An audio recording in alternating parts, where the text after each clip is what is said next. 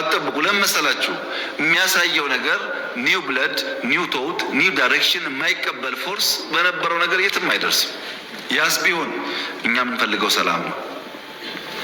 ከማንም ቢሆን መነጋገርና ሰላም ልማት ነው የምንፈልገው። ከግጭት አናተርፍም፣ አይጠቅመንም። በተለይ ትግራይ አካባቢ የኛ ትልቁ ምኞት ባህር ዳር የምናየውን፣ ጎንደር የምናየውን፣ ጅማ የምናየውን፣ አርባ ምንጭ የምናየውን የኮሪደር ዴቨሎፕመንት መቀሌ ማየት ነው ምኞታችን እሱ። ከዚህ ውጭ ያለው ጉዳይ አይጠቅመንም፣ አንፈልገውም።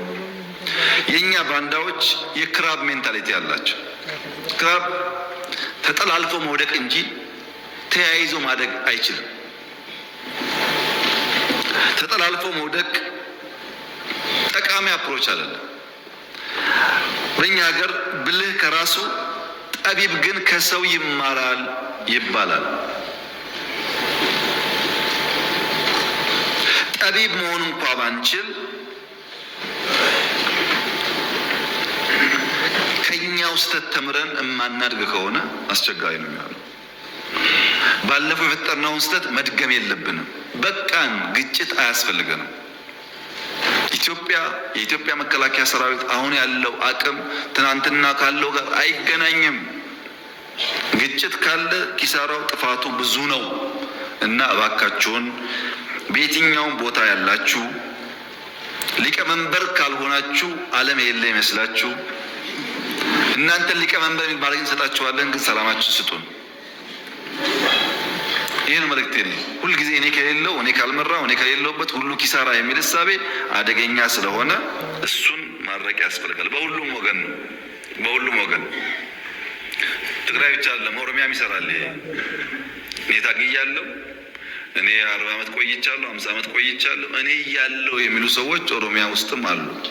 እውነት ነው፣ ታግለዋል፣ አይካድም።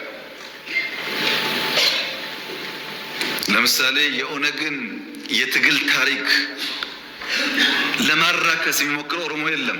እኔ ልንገራችሁ፣ ታግሏል። ኦነግ ኦሮሞን አንቅቷል፣ ኦሮሞን አደራጅቷል። ምንም አይናቅም፣ ክብር ይገባዋል። ነገር ግን አሁን ያለው ዘመን፣ አሁን ያለው የሊደርሺፕ አፕሮች ያኔ ከምናውቀው ጋር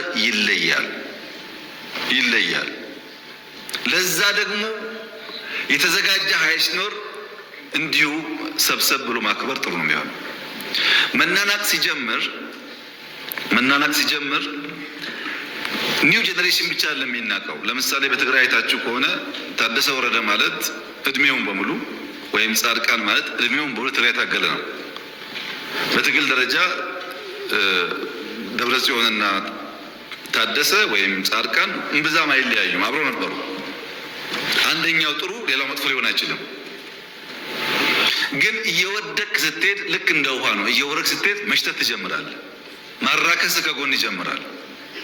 ኦነግ ጋር ብትሄዱ እንደምታውቁት እኔና ጋሽ ዳውድ ኢብሳ